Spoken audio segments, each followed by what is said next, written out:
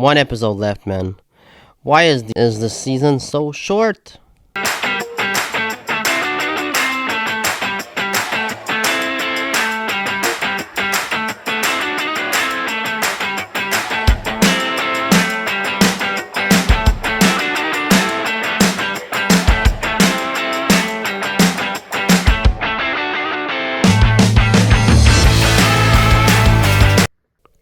The penultimate episode of season 4 of True Detective has been a pretty interesting ride so far. I hope that one episode is enough to wrap up the season and that it won't feel rushed. We are used to 8 episodes for a season, so hopefully here 6 is enough.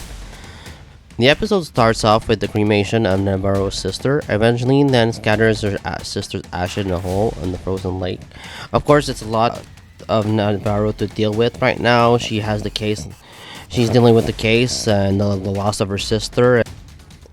Peter shows up at his father's Hank's house and hears him singing. Pryor is looking for some place to crash after his wife tells him to get out of the house. It's clear that his father feels heartbroken about being stranded by the woman who used him for money.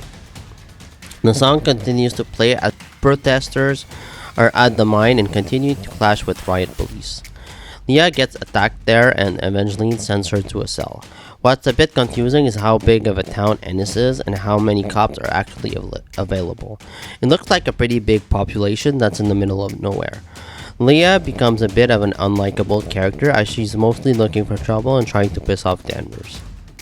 Danvers is summoned to the Silver Line offices to meet with Ted and Kate. Kate has clearly been pulling some, if not all, of the strings and has corrupted the police. She tells Danvers that the bodies that they found died because of terrible weather event and not because of murder. Of course, Danvers doesn't buy it. She thinks it's bullshit.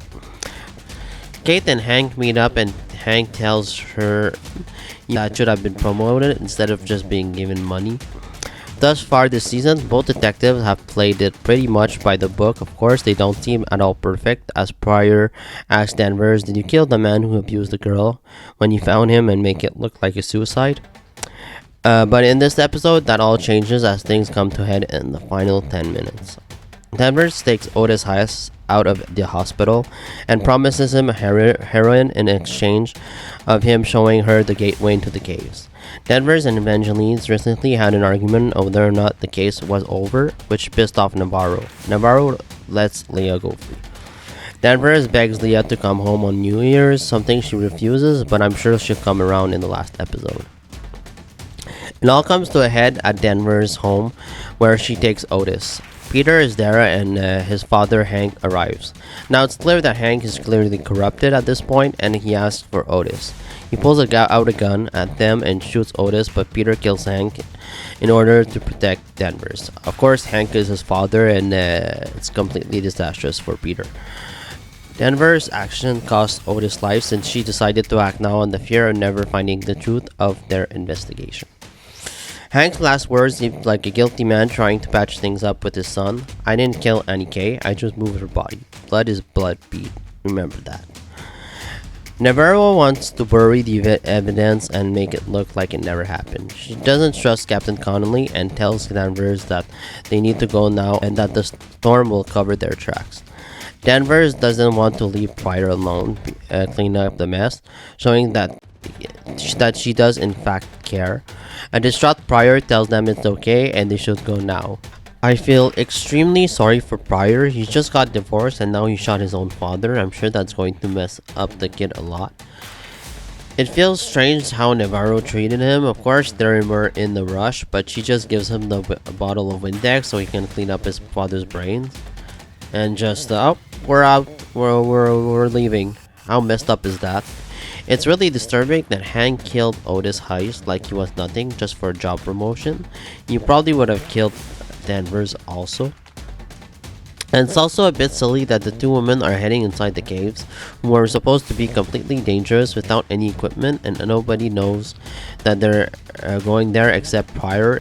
It seems just suicidal for them to head out there in the storm and just in the hopes of finding clues. I mean, what are they hoping to find there? I really don't know. Evidence, I guess, but I mean, really, are they really going to find anything? It just feels a bit like they're desperate. Of course, there's only one episode left this season. It feels like a lot to wrap up in a single episode. Hopefully, it's longer than the rest. But I'm enjoying the season so far. It's not perfect, and there are some parts that I'd like for it to speed up. But then again, we don't know how it's gonna go. We don't know how it's gonna wrap up. Hopefully, it's a satisfying conclusion. Could have done maybe with less supernatural also this season. Of course, season one had a lot, some elements of it, but not a lot.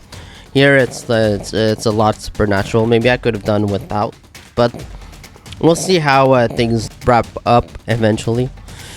I think that the two performances, the two leads, are just terrific here. I think they are the heartbeat of the season. They're absolutely terrific. And I'm looking forward to next week to the season finale. There are some strange moments in this season overall.